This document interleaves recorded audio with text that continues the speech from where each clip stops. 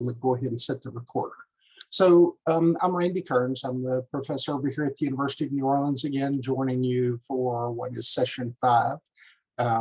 Today we will primarily focus on leadership and management. And as we talk through some of these 8 essential functions or 8 core competencies of what's essential to lead and manage a healthcare organization. Actually, today we're primarily going to talk about leadership and management. The two are different, and yet they have a very important role in how they connect with one another. Leadership is more of an art. Management is more of a science. The skills of both are essential if you're going to be in a key role in healthcare management. So let's talk a little bit more about it today, and let's start with our 5 things. I want to be sure and talk about what leadership is. I want to be sure that we can distinguish the difference between management and leadership. I also want to talk about effective healthcare leadership traits. There's something called MBWA, which typically refers to as management by walking around. Some would also call it management by wandering around. And then the number 5 thing for today is what is Maslow's hierarchy of need. And so, again, of our 8 core competencies in healthcare management today, we're going to look at leadership. And so let's start out with a definition of what is leadership. You know, a part of this is also to think in the context of what management is. So as I mentioned earlier, leadership is more of an art. Leadership is something that has some ambiguity to it, meaning that leadership, your employees, your friends, your colleagues, how you lead them varies from person to person. Management is more of a science. With management, we're primarily talking about what are the essential tools that you need to manage a group of people. But the challenge with management is you can't manage without good leadership skills, and you can't lead without understanding your management role. A good manager understands timelines and what the rules are and how to complete tasks based on core objectives of the job. A good leader recognizes that what works for maybe one group of my employees may not work for another group of my employees. And so I have to change my leadership strategy to be sure that I'm meeting the needs of each of these groups, but based on meeting them where they are. Again, a manager simply plows through without taking into consideration that people are different. And because each person is different, understanding those differences, that's how I use leadership. That's how I manage a group of people, by leading them.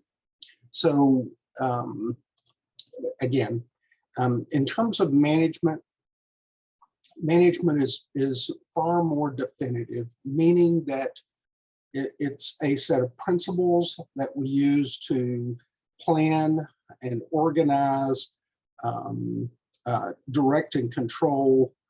And these principles are typically well established. They're written, they're the guidelines, the rules. It's really about how we harness all of the things that we need, whether it's physical capability, human and informational resources, financial support, but all of the things necessary to efficiently and effectively meet organizational goals.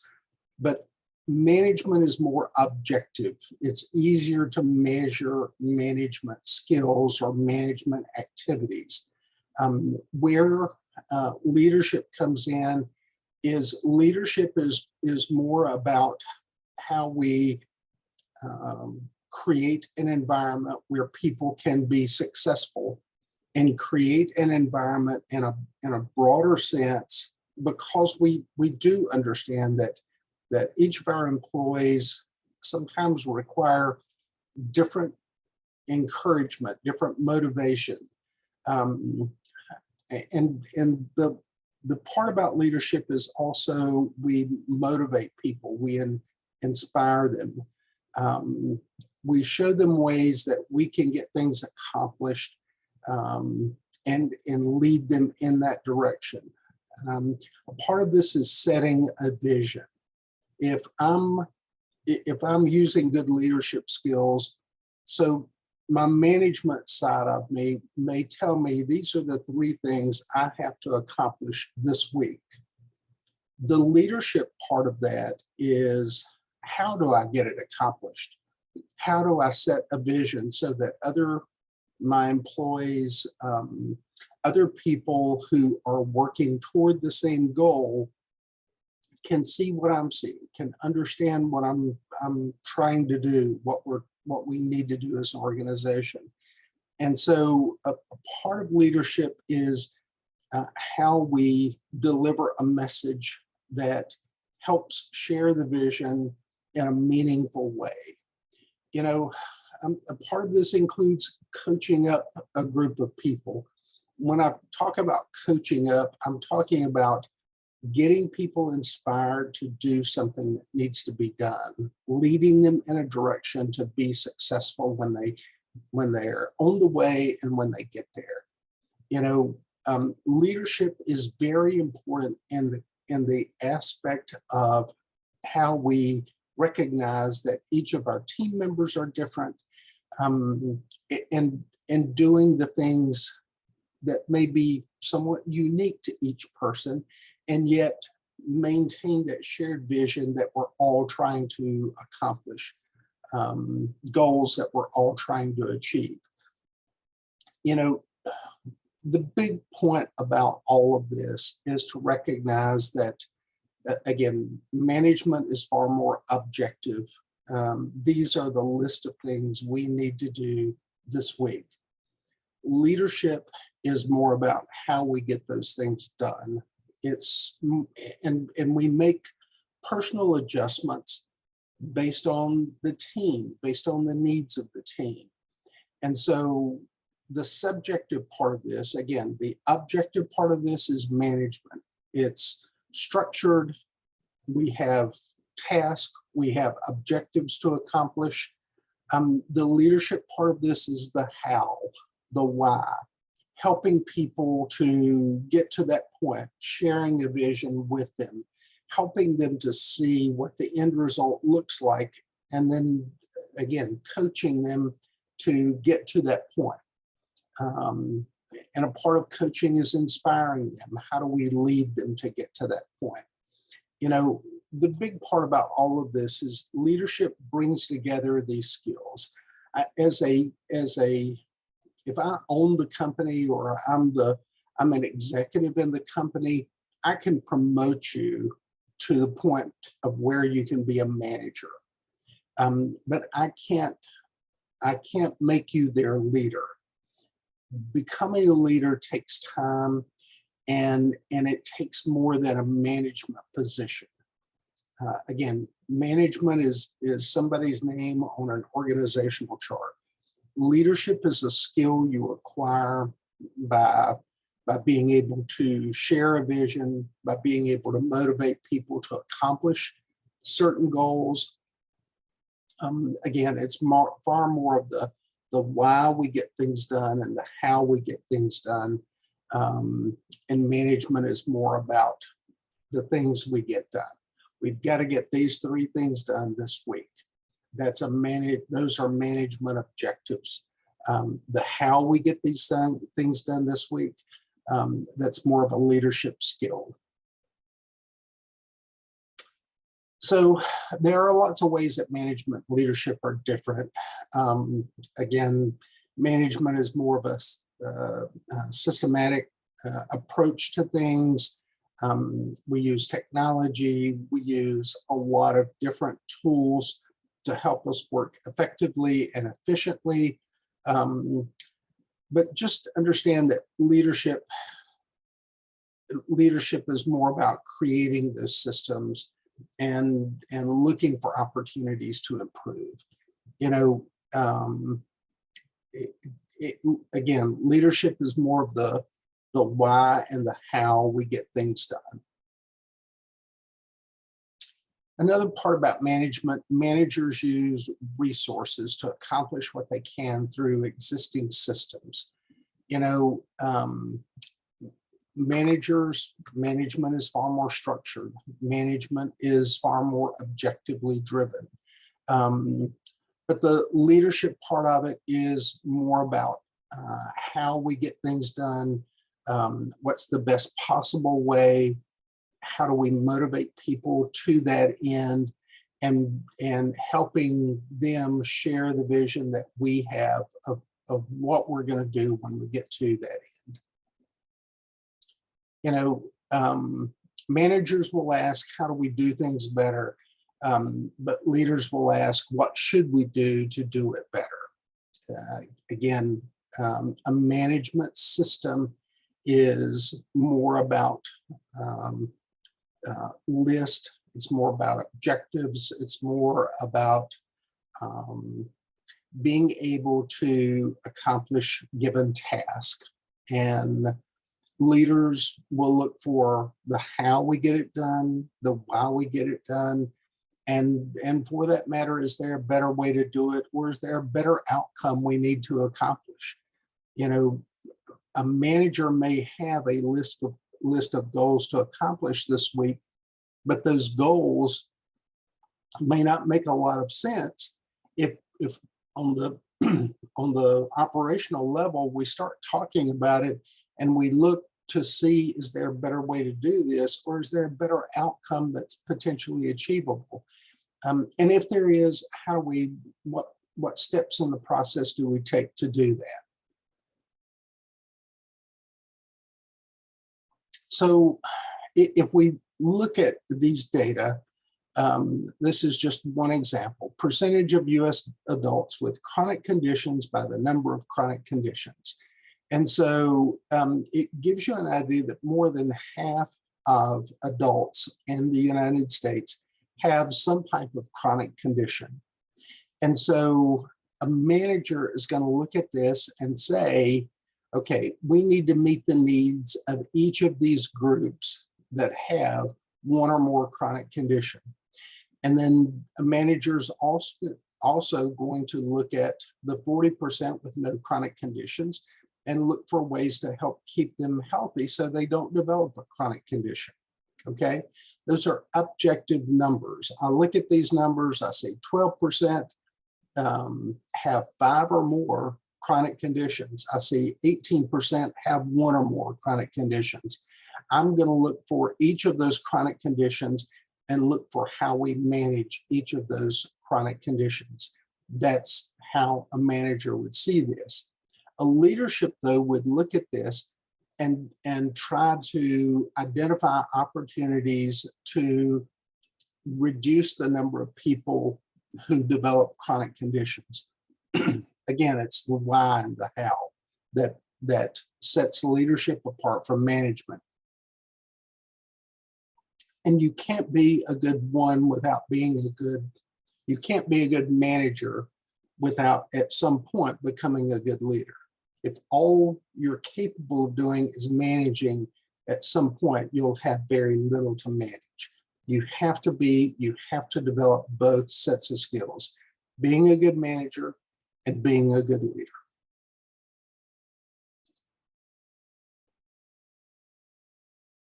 Leaders are typically the ones seen as out in front, leading the way, A manager is the one who's identified what the work needs to be done and sets the objectives for how it needs to be done. I'm sorry, sets the objectives of what needs to be done. The leader looks more for the how and the why. So again, back to what is management? This is the same definition we talked about earlier, but it's those principles, functions of planning, direction and control, how we apply those principles, harnessing these resources, whether it's physical, financial, human, or information. But it's about achieving organizational goals. It's far more objective. It's far more structured. And then from a leadership standpoint, again, the foundational knowledge that we all need to first start as good managers. If we can understand the objectives we need to accomplish, the leadership skill that we develop over time is looking for ways to inspire people and motivate them, and again, coaching a group or coaching a team to accomplish certain goals. Leadership brings all of these things together in terms of how do we get to where we need to be? How do we accomplish the things we need to accomplish? You know, as I've said, your organization can promote you as a manager, but it's the way you share a vision. It's how you inspire people that motivates them in a way that they can get things accomplished, and that's what leadership is. You know, in many ways, we see a manager as telling people what to do, and depending on the nature of your workforce, in some cases we may say these are the things that need to be accomplished this week. So let's work together to talk about, first of all, how we get it done and why is it important. And you know, sometimes, again, from a management standpoint, we don't spend a lot of time on the why. You know, my job is not to question why. My job sometimes is to get things done. But a good leader does entertain the why. A good leader will talk about why this is important, and a good leader will look for input on how we get things done. Again, that's part of building a team. You know, the whole point, though, about leadership is how we achieve common goals, but maybe we take different steps along the way to get to those common goals. Another part about this is protecting the space that allows people to develop their own way of achieving those common goals. And what that really means is, again, we're not going to be effective if we tell our employees every step of the way, everything they need to do. That's micromanaging. It doesn't work. It certainly doesn't work well. It's a tedious way to do things, and it's also, in many cases, seen as being disrespectful. You know, we need to set goals and share those goals and inspire people that work with us to achieve those goals. But we also need to give people the latitude of how they get things done. We need to allow them to question, is there a better approach? Is there a better solution? And that's, again, the management side of this. These are the goals we need to get done this week. The leadership side of this is more about how and why, and being sure that you allow people the space they need so that they can choose their own and develop their own methods of how they get something done. And then again, sustaining that space, creating that safe space for your employees to be successful, or for that matter, if they fail, creating that same space so that if they fail, they recognize how they can get back up and how they can be more successful and more productive. 5 essential healthcare leadership traits. Again, from a healthcare leadership component, we always want to inspire, and part of this is boosting productivity. But again, it's that motivational approach, helping people see the vision and share the vision that you have for how we want to be effective as an organization, how we want to be successful as an organization. We've got to have strong leaders in healthcare. What we're dealing with is a lot of patients. We're dealing with human beings. We're dealing with families. We're dealing with the families of our patients. And so we want to be inspirational. We want to be motivational. We want to help people be successful to get things done. In healthcare and public health, it's important for us to champion innovative ideas, and sometimes those aren't always our ideas. A good leader listens, and sometimes along the way you'll hear a better idea of how to get things done, and a good leader then can pivot to that new approach and that potentially new solution and get things done in a new way. It can be truly inspirational to be able to do things that way. Again, becoming a healthcare leader is recognizing the role that we play in the greater healthcare community. And then again, how we work with our employees to accomplish those management objectives that we know we need to do. If you know you need to do it, here's the list of things you need to do. That's typically a management objective.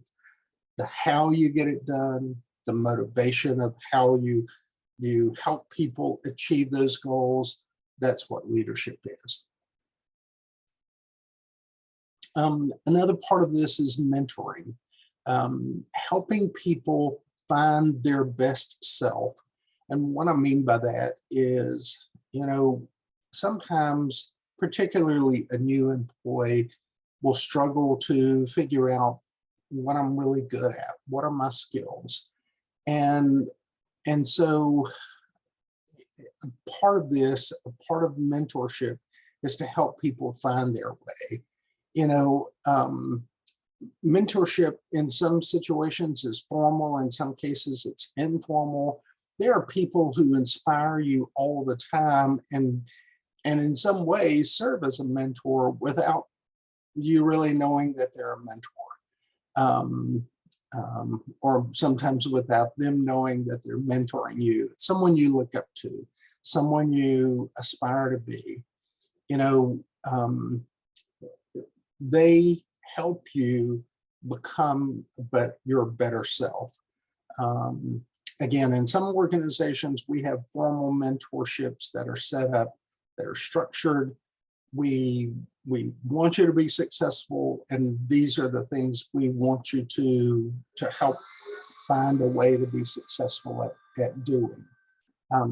But again, a part of this gets back to the mentorship side of it, and that is how we help people match to or work with someone that can help them develop some of their skills so that they're better at what they're able to do or what they need to do.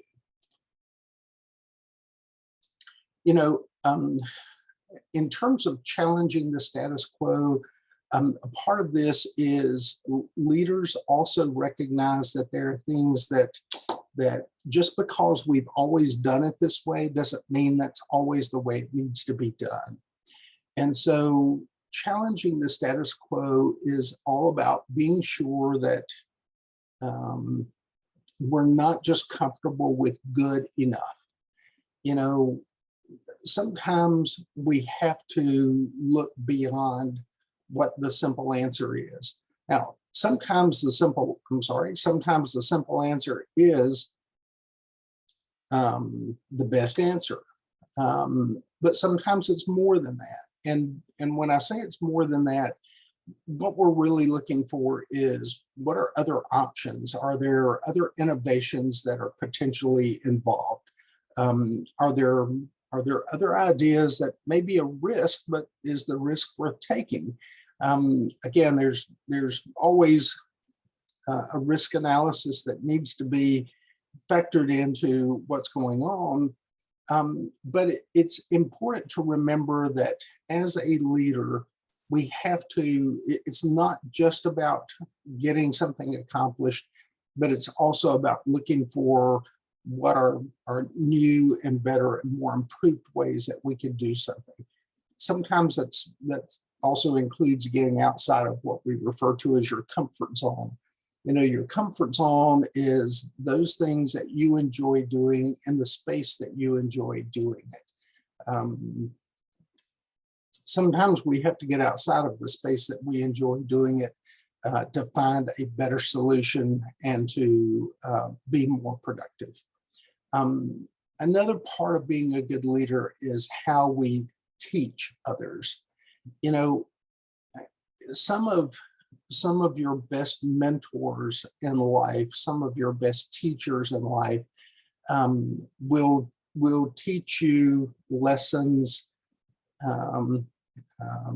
Maybe they're in your classroom, will teach you things that years from now you will look back on and remember and think, that was really valuable for me to have learned that. That made such a difference in my life, that helped me become, you know, this is what I wanted to do with my life.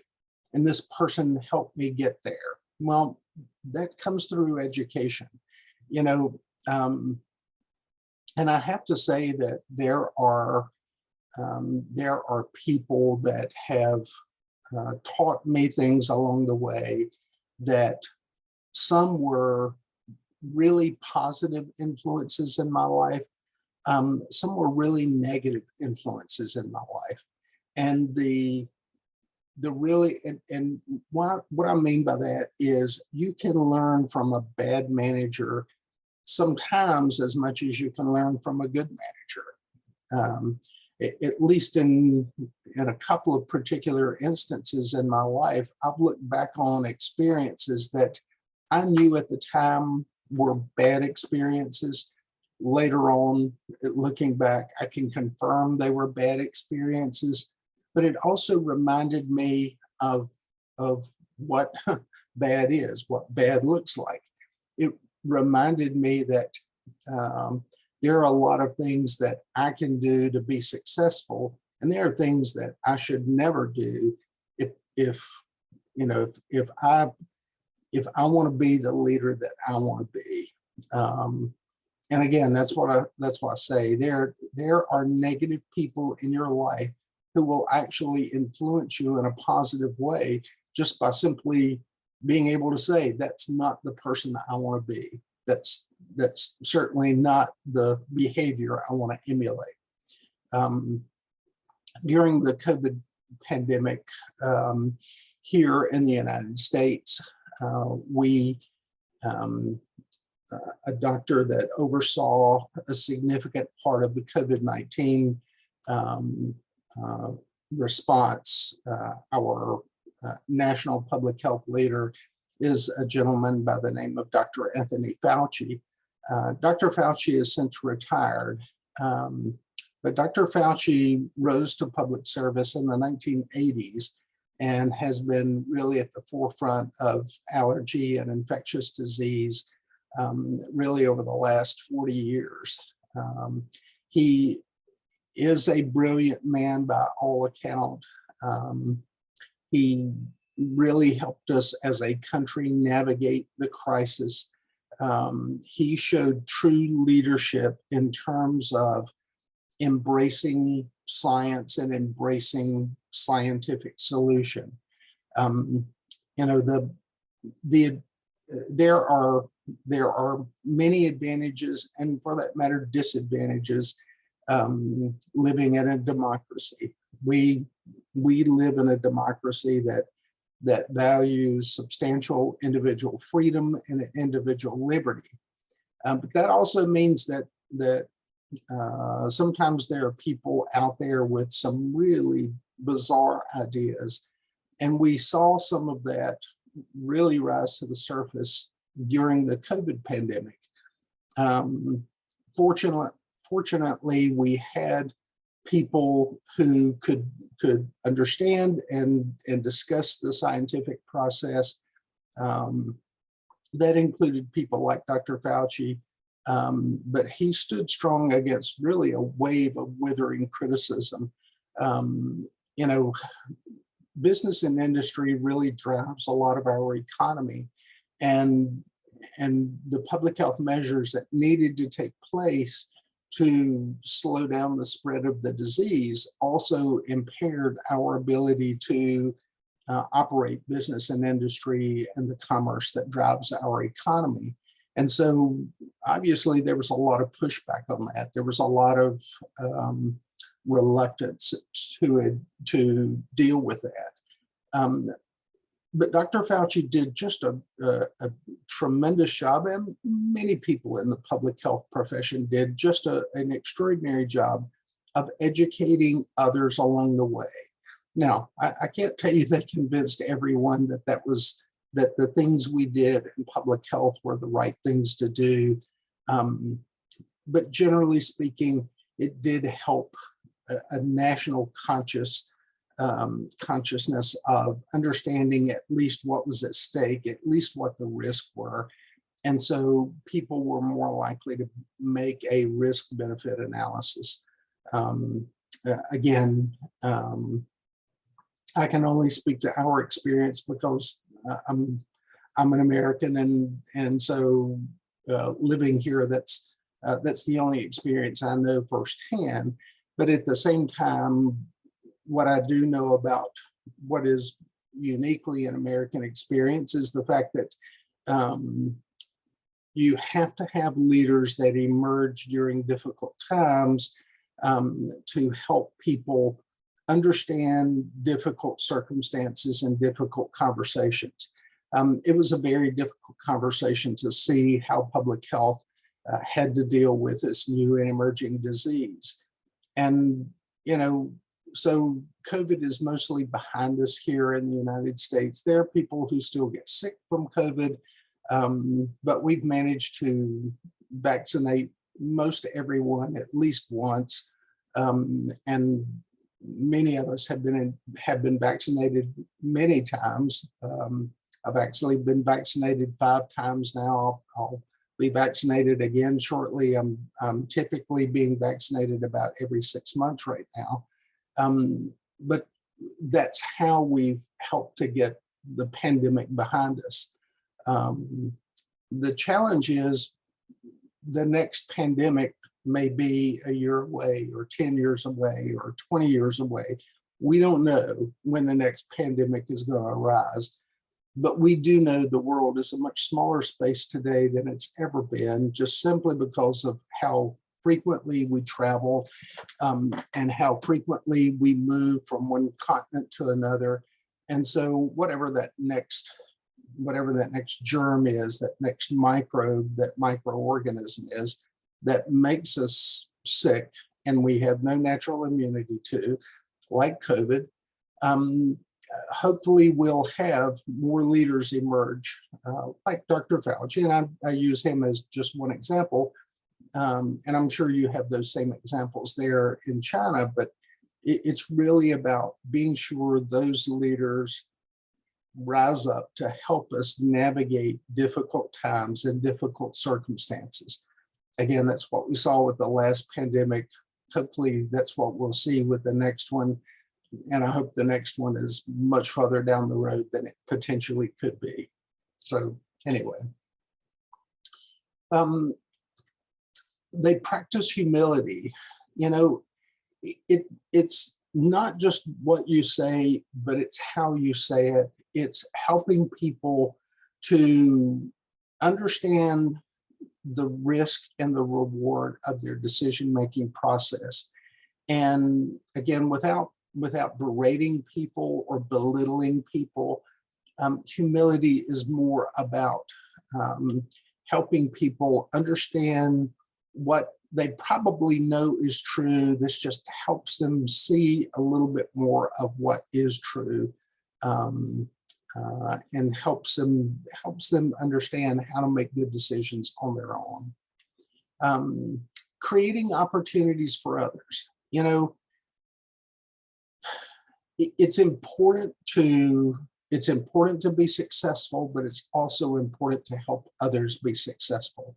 And sometimes helping others be successful is stepping back and let others taking the lead and potentially taking credit for solutions.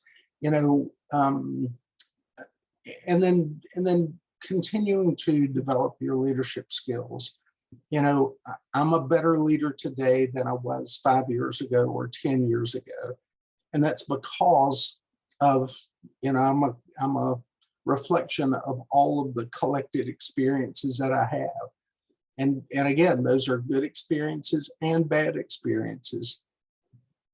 Bad experiences can help you be a good leader as long as you learn from the mistakes that others have made or the mistakes that you made. You know, and a part of honing your leadership skills is really about looking for different ways to improve, and constantly looking for ways to improve. You know, when you think about what your own goals are and what you plan to do, what you want to do, a part of this includes how we personally set out a plan to accomplish that. Again, as far as management versus leaders, managers are focusing on the plan, the organization, the structure, doing things the right way. There's a certain direction and control that goes with management. It's really about following the rules. Leaders look for how people get things done. You know, you want to do the right things. You want to inspire others. You want to influence people to do those right things. And a part of that includes motivation. But it's not so much the control. It's more about how we shape and how we aim for certain outcomes without necessarily telling someone step by step how to get it done. Managers are looking to control certain circumstances. And I can tell you, when things are difficult, sometimes we resort back to those management skills. But when we're at our best, we're leveraging our leadership skills, which really allow people to come up with some of their own solutions, to be creative in how to get things done, and motivate them and support them, and influence them to accomplish and create the best outcomes of what could potentially be available. You know, different types of leadership. Again, a more autocratic approach. I'm the manager. I'm going to tell you what to do. You need to stop thinking because I'm here. I'm large and I'm in charge.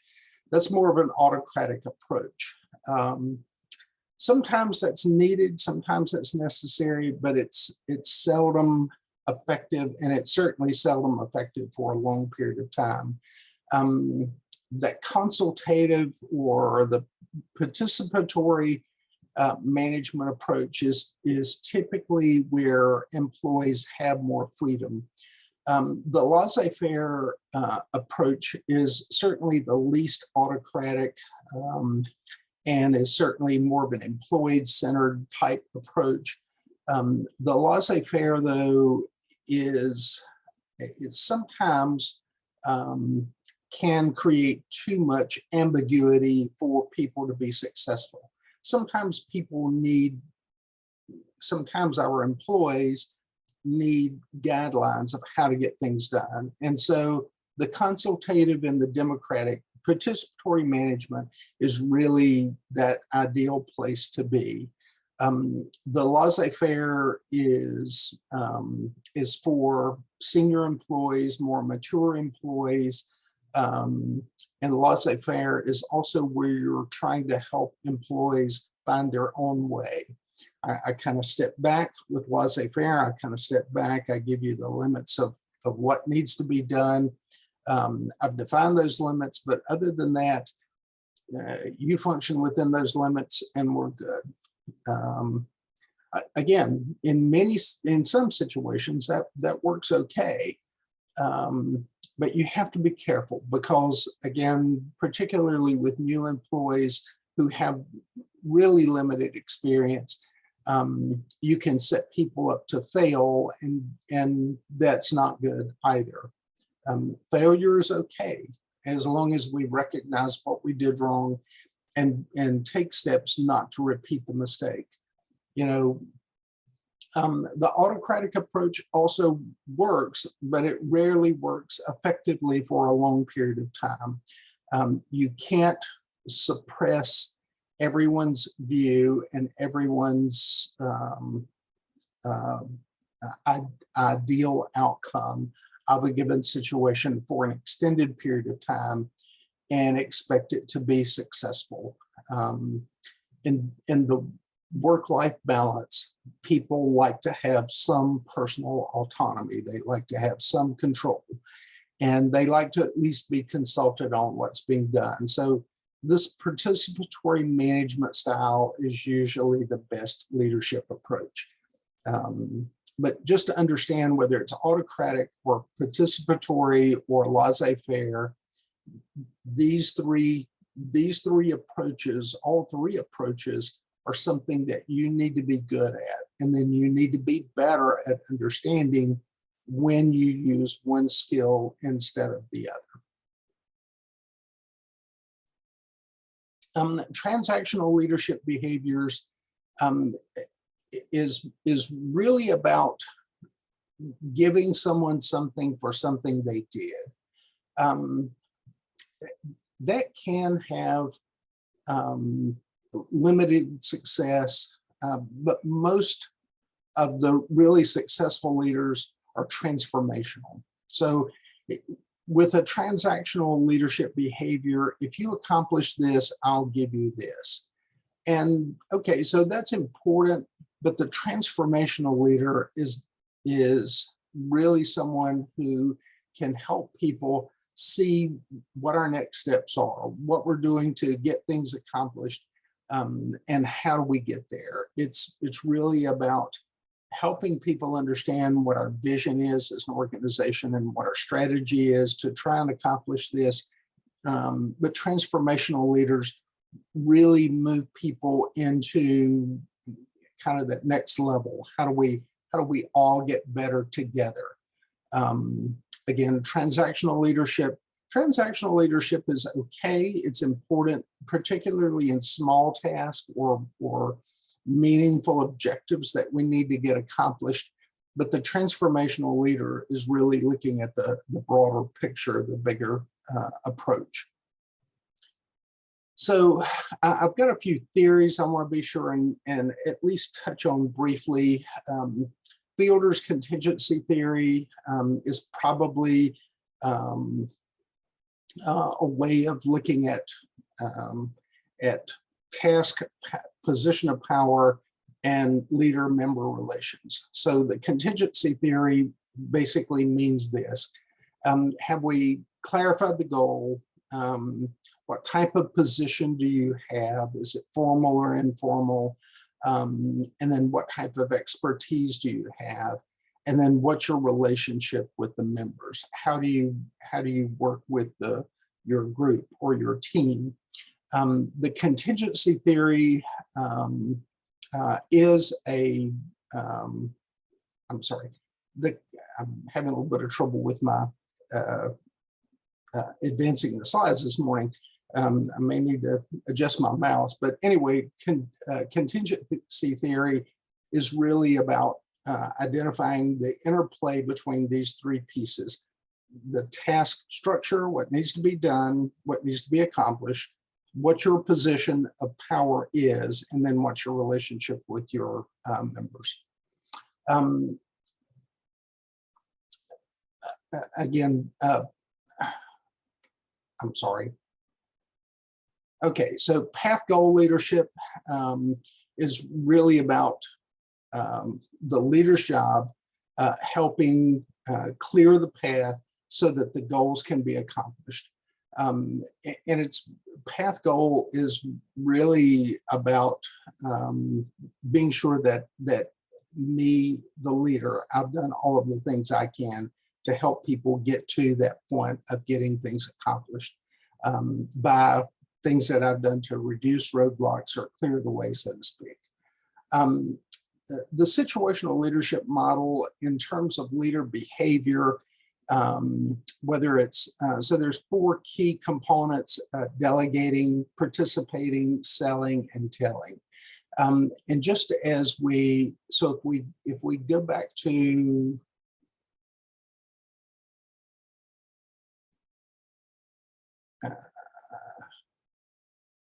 well, I wanted to go back to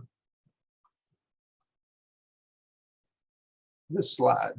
Okay, autocratic, participative, or participatory, and laissez-faire. So if I look at these 3 continuums of leader behavior, just think about this for a moment and then put it in the context of this: delegating, participating, selling, and telling. It's basically the same, in many ways, it's a lot of the same way. The most autocratic approach is telling people what to do.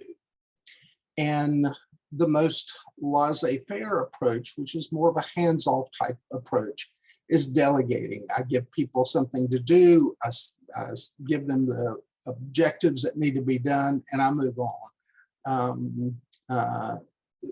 Sometimes we do that with things that aren't of much higher risk, but just to understand that the pieces in between the participatory and sometimes the selling part is, or coaching them or encouraging them to get things done that needs to be done. Those are far more of the prominent ways that we are successful. We need to spend less time telling people what to do or in an autocratic approach. Sometimes it's the only way to get things done, but just understand that human nature is one that we like some self-determination in what we do, and if we lose control of too much self-determination, we have a tendency to, again, these personal views that we have, it's very difficult for us to feel that way for an extended period of time, that it's okay to be told what to do. Again, it's far more of that participatory or selling approach. The charismatic leader is both a good solution and a very difficult solution. The charismatic leader can be really energizing and helping people get to what they want to do or what they want to accomplish. Again, in terms of our leadership versus management approach, when we think about the manager has key objectives that need to be met. This is the list of things we need to be done. It's objective, it's measurable. Leadership, on the other hand, though, is far more subjective. It's far more built into how we coach people things to do. It's the how and the why. The more we can help people find a common vision, the better the leader we can be. As our content reminds us, your organization can make you a manager, but only your employees can make you a leader. And that comes from, again, this classic leadership theory which includes different approaches to leadership. And while we've talked about other particular leadership theories, when we talk about charismatic leadership theory, it's important to recognize that sometimes we see leaders in business and industry, and these are, again, these are traditional American views, but if we see people in business and industry that we become enamored with their product and how they've accomplished certain things. The person on the left here in the picture is Steve Jobs. The person on the right is Elon Musk. Steve Jobs, whenever he came out with, whenever his company would produce a new Apple product, the unveiling was just this really extraordinary production, and it created this view of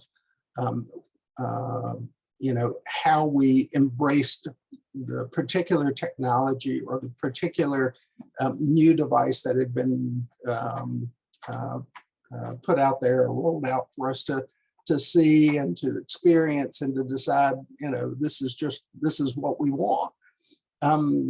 Steve Jobs had such a charismatic way of selling us on something that he thought was kind of the next big thing.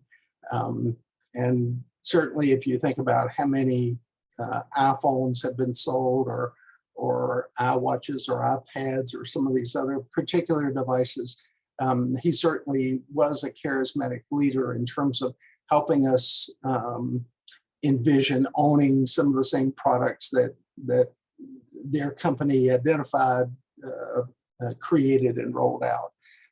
Elon Musk created Tesla, the car manufacturer, and then has also created SpaceX. He's currently known for owning Twitter. He's quite a controversial figure, but at the same time, people look for that type of charisma at times when they're trying to decide, what's the next thing that I enjoy or what's the next thing that I like. The real challenge, though, with charismatic leaders is charismatic leaders can sometimes sell us on an idea without a lot of facts, but because we're again enamored with the charisma, we look at it and we think, wow, that's just so extraordinary, and that's just something I have to have, and so it's almost like through sheer personality they create a market for their products. We see the personality, we become caught up in the personality, we envision how much we like the product in some cases before we even own the product. But Steve Jobs was certainly very successful with that, with Apple products, and Elon Musk has certainly been successful with that with some of his products as well. Just the downside to charismatic leadership is just understand sometimes we get caught up in the persona that we miss the message, and the message is not always a good message for us. Again, it's nice to get caught up in a moment, but it's also important to remain objective when you're trying to think through situations. Charismatic leadership can be exciting, but it can also be dangerous. Charismatic leaders have led to problems before and can be problematic leaders. So let's, there's a couple of things that I want to move through here as we start to wind down this morning or this evening, and that is in terms of how to improve your leadership skills. What's happening? Why is it happening? What are you going to do about it? How do you fit this particular situation into your leadership style, or how do you personally adjust to meet the need of what needs to be done? That gravitate you toward the leadership situation. How do you look for what the right fit is? how much power do you have, and have you built your power base? You know, part of a leader, a part of being a leader is getting people to work with you and to trust you. Why that's important is there are times that you're going to ask them to do things that may be outside of their comfort zone. And so you build up that power so that when you need them to work beyond their comfort zone, they at least trust you to help you get to that point. Just be sure that you're exercising good judgment. You always want to be the person with good judgment. You want to be able to recognize what needs to be done, but also how it needs to be done, and helping people with their own why and how in terms of understanding what needs to be done. This self-confidence and honesty, people trust us, but because they trust us, we absolutely owe them the truth. And the truth is all of the facts that we have and all of what we know. You know, it's essential that we develop skills and we deliver on how people need to be motivated to get something accomplished.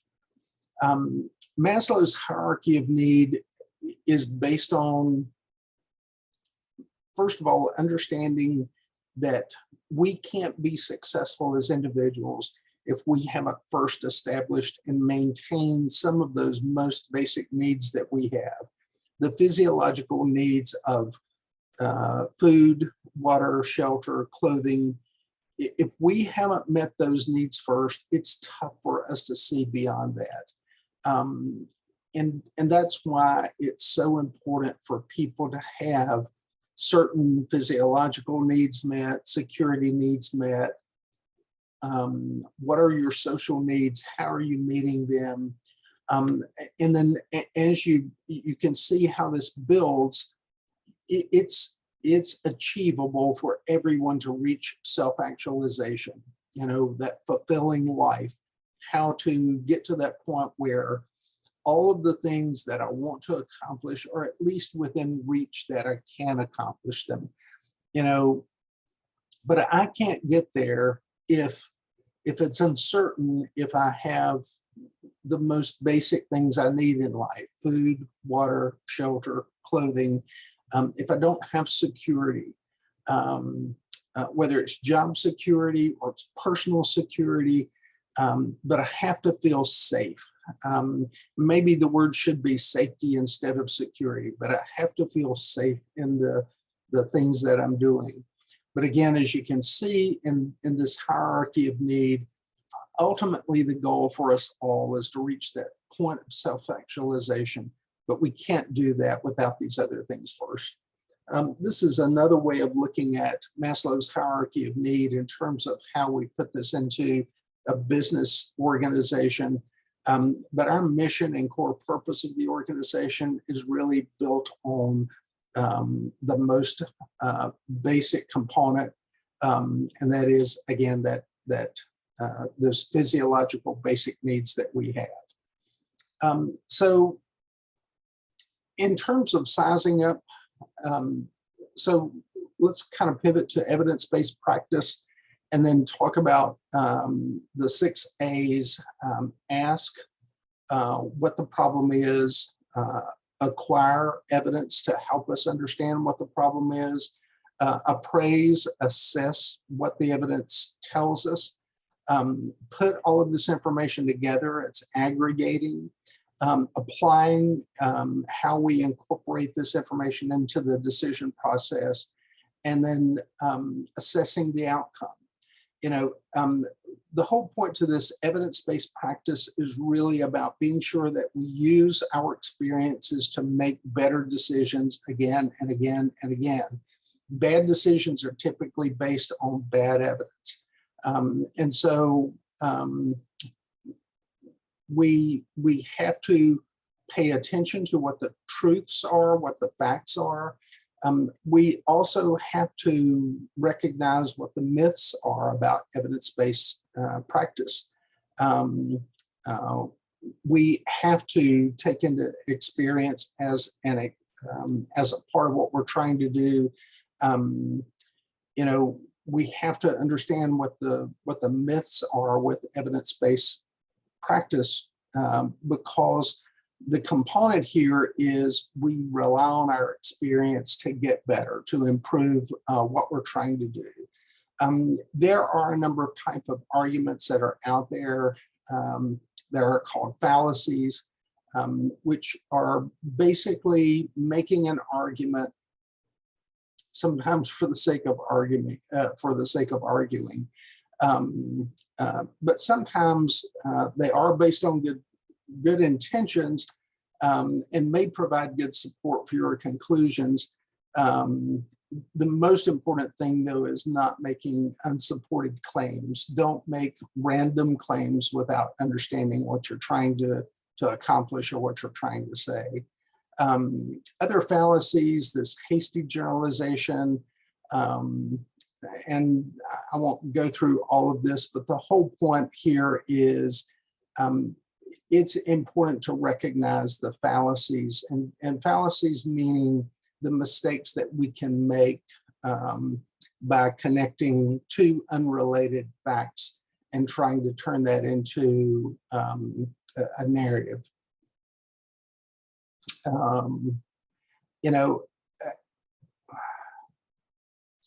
Finding your own fallacies is about helping you understand that your own conclusions are supported by evidence or supported by the facts. There are times that we develop our own personal fallacies because it's something we want to believe, not because the proof is there that we should believe it in a certain way. We have to understand what the facts are, and we have to recognize how we support the facts. And then one of the final concepts today that we want to be sure and talk about is management by walking around, also sometimes referred to as management by wandering around. But a part of MBWA is being sure that things are being done the way they need to be done, getting out of the office, seeing how things are going out where people are doing the actual work. What type of standards are being met, getting input from people, getting feedback from people. Ask questions, sound inquisitive, but not intrusive. Don't look like you're investigating something, but be interested. You're curious, and you're engaging. So, let's kind of wrap up with a couple of things today. Both management and leadership are important. The part of managing is to look at operational data and financial data and have objectives. The part of leadership, though, is about the how we get things done and the why we get things done. And another part of leadership is recognizing there may be a better way to do something, or there may be a better objective to accomplish. But the management part relies on the objective information, operational data, financial data. It is essential that managers can write and communicate. You've got to be able to present your information. You've got to be able to talk to people. And if you don't know, just say, I don't know. It's okay to say, I don't know, but I'll find out and get back to you. And if you say, I'll get back to you, please be sure and get back to someone. And so our conclusions today, just understand that leadership and management are different, but they are interrelated. They're important to each other. I have to understand management principles to be a good manager, but I also have to develop my leadership skills to be able to lead a group of people. You can be good at one and not be good at the other. Being good at one doesn't mean you will be good at the other. So it's essential to know the difference between the two skills, management and leadership. It's also essential to be able to develop your management and leadership skills, because both are an essential part of being successful. So we get back to our 5 things for today. What is leadership? What's the difference between management and leadership? What's an effective healthcare leadership trait? What is management by walking around? And what is Maslow's hierarchy of need? And to that, we get to questions.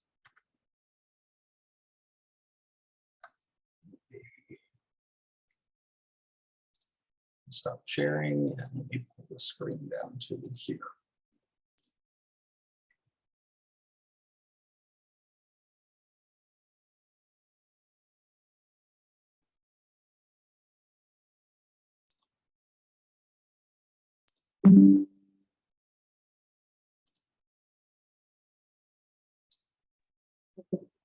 Hello, Professor. Hello. How do you think leadership has improved? I understood leadership. The classroom that you're in has an echo, and How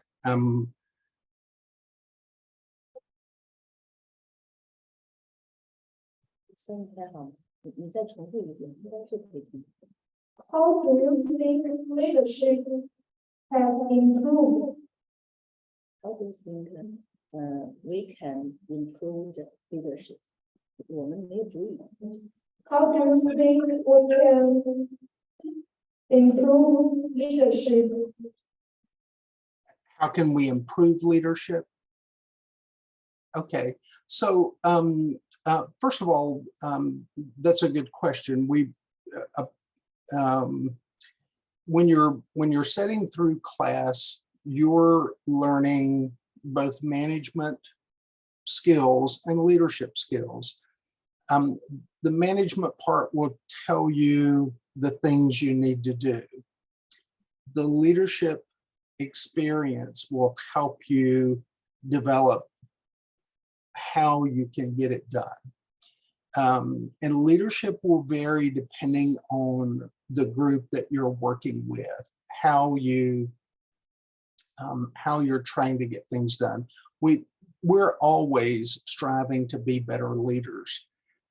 Again, from a management science standpoint, if I know I need to write a report or deliver a presentation, that's objective. I can do that. It's measurable. It's straightforward.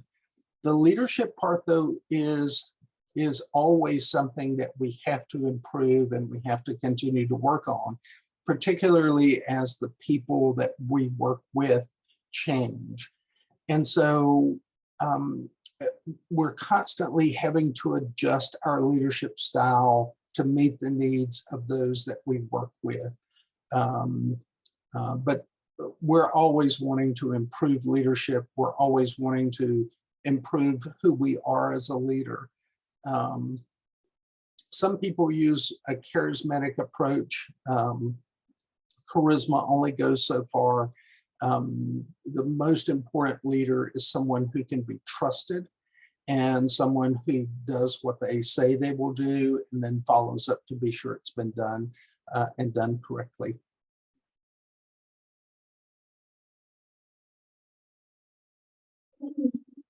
Thank you. 就直接过来吧，2个同学都过来，你们要回答之后，不要一个还等。还有谁？ Hello, Professor. Hello. What is the problem with leadership building in America? Hang on, let me change my volume and let me see if that helps. Say that again. Is the problem with leadership building in America?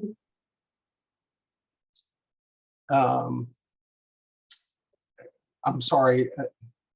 Can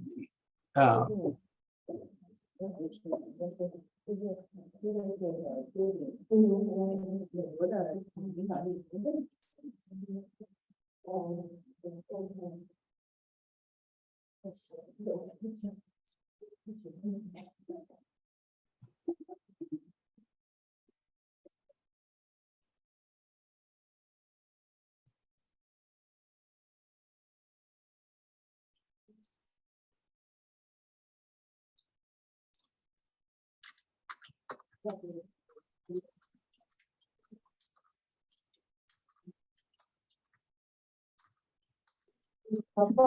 the leadership in America. I'm still not able to understand the last word. I'm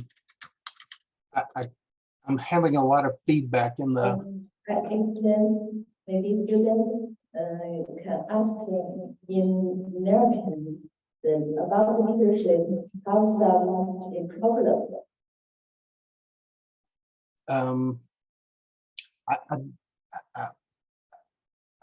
I'm Sorry, what is the problem of leadership in America? oh, so what is the problem with leadership in America? Yes, okay. No. Yeah, so in America, the biggest challenge we have with leadership is sometimes we don't have all of the facts, and yet people who become charismatic leaders, we want to follow them because of their charisma. And again, a charismatic leader who can be motivating. A charismatic leader can be someone who encourages people to do the right thing. But a charismatic leader can also be dangerous if they use their leadership in a way that is harmful. You know, the biggest challenge we have with leadership in America is really about being sure that the people we see as leaders have all of the information, have all of the facts that they need to make good decisions, because they are going to lead people, and being sure that they have all of the facts can help them lead us in the right direction. If I'm a leader in an organization, I'm going to be trusted if I'm reliable, if I'm doing what I said I would do. Where that starts to become dangerous is if I'm not telling the truth, or if I'm not trustworthy in what I said I would do. And so where leadership is good is when we have trust, and when we have honesty, and when we stay with the science, we stay with the facts. Where leadership becomes dangerous is when we ignore those things and still lead people in what could potentially be a dangerous direction. Thank you. Thank you. Thank you for your question.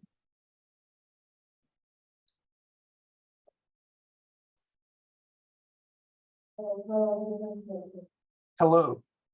I have a question on how to show leadership in teamwork. Can you hear me?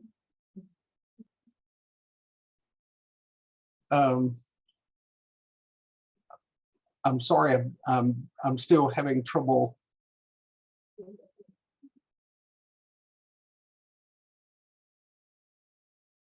My question is how to show leadership in teamwork.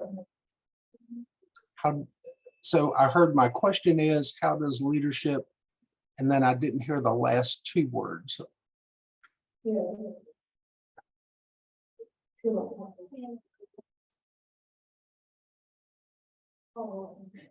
In teamwork.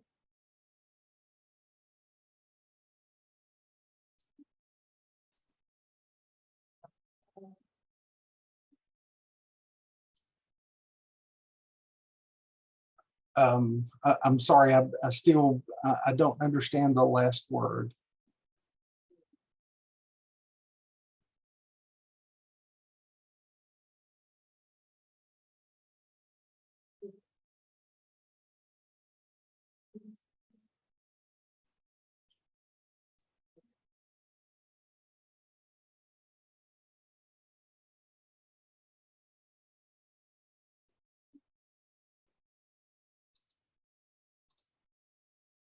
how can we show leadership in teamwork?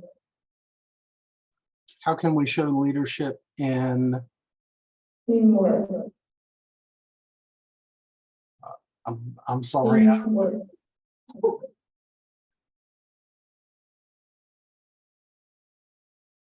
Maybe students want to ask you how to use leadership in our teamwork. Maybe how to use leadership in our work. our work. Okay.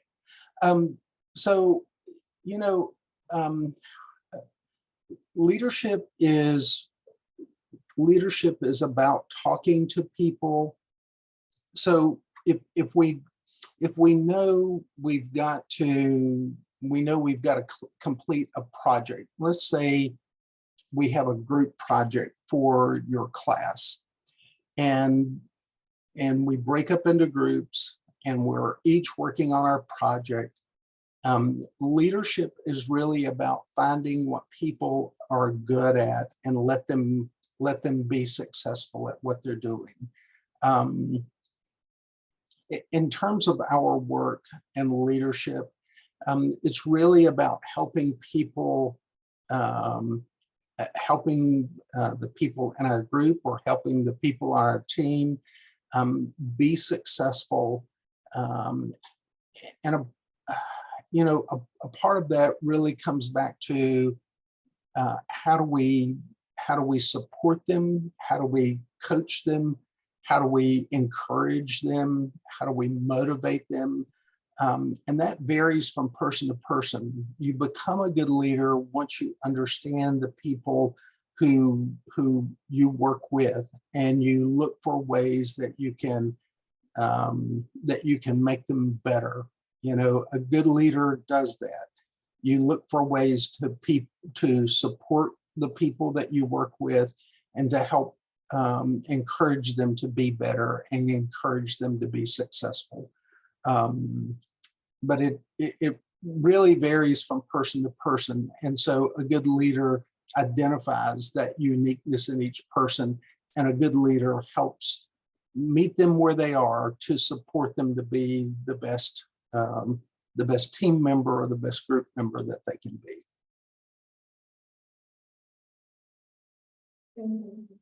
Thank you.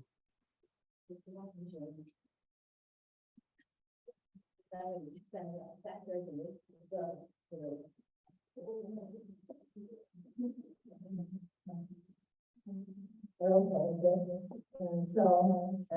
we talk about the difference between management and leadership. The managers ask how to do things better, but the leaders ask what should we do to do it better. So I would like to know which one should we train for medical and health industry management students. Thank you. So management and leadership, particularly as it relates to healthcare, it really gets down to I have to be a good manager because I have to manage my financial information, have goals I need to accomplish. As a manager, there's a list of things that I need to get done. But with leadership, it's so I take that list that's my management skill, and then I convert that into who is the best person on my team to get something done. And it may be, I may have 5 things to get done. I may have 5 things that our group needs to accomplish. And I may have 5 different people with 5 different strengths, and trying to be sure that I line up the strength with the thing that needs to be done is really what leadership is. In healthcare, it's recognizing you have a different team. You have nurses and doctors and pharmacists and all of the people who work in the hospital. And while from a management standpoint, I may have financial goals that I need to meet, from a leadership standpoint, there are key people along the way that I know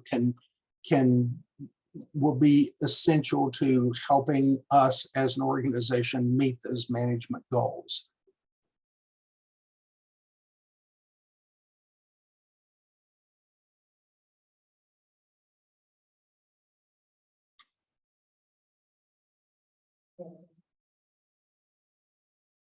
Okay.